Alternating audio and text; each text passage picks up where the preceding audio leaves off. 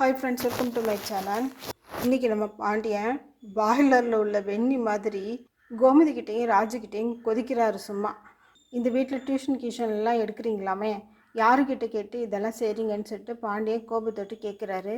அதுக்கு கதிர், டியூஷன் தானே எடுக்கிறாங்க, தப்பு ஒன்றும் பண்ணலையேன்னு சொல்லி கேட்குறாரு.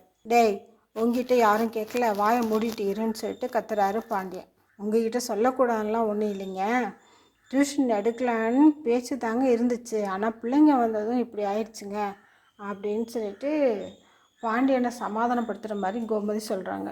இப்போ பாண்டியன் ராஜுக்கிட்ட, இந்த வீட்டில் எது வேணால் என்கிட்ட கேளு, நான் வாங்கி தரேன். இப்பயே உன் வீட்டு ஆளுங்க உன் நகையை வச்சு தான் வாழறதா பேசிக்கிறாங்க அப்படின்னு சொல்லிட்டு, இங்கே பாருங்கள், இது என் வீடு, நான் சொல்கிறது தான் இங்கே கேட்கணும், நான் தான் எதுக்கும் முடிவு எடுப்பேன் ஆமான்னு சொல்லிட்டு பாண்டியன் கோபத்தோடு வெளியில் போயிடுறாரு. இதையெல்லாம் பற்ற வச்ச மயில் எதுவுமே நடக்காத மாதிரி நைஸாக அங்கேருந்து போயிடுறாங்க. சரி அழாதன்னு சொல்லிட்டு கோமதியை சமாதானப்படுத்துகிறாங்க. என்னால் தான் நீங்கள் எல்லாருமே திட்டு வாங்குறீங்க அப்படின்னு சொல்லிட்டு ராஜு ஒரே அழுக. பாவம்ப்பா இந்த ராஜி, இந்த பொண்ணை பார்த்தா நமக்கே பாவமாக இருக்குப்பா.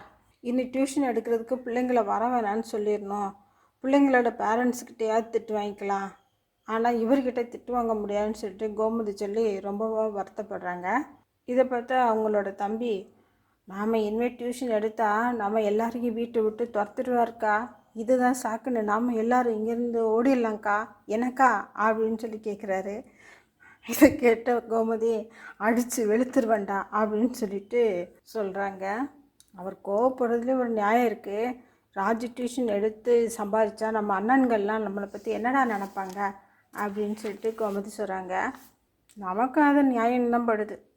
அதுக்கு ராஜு, அவர் காலேஜுக்கும் போயிட்டு வேலைக்கும் போயிட்டு கஷ்டப்படுறதை பார்த்தா ரொம்ப கஷ்டமாக இருக்கு அத்தை அப்படின்னு சொல்லி அலறாங்க.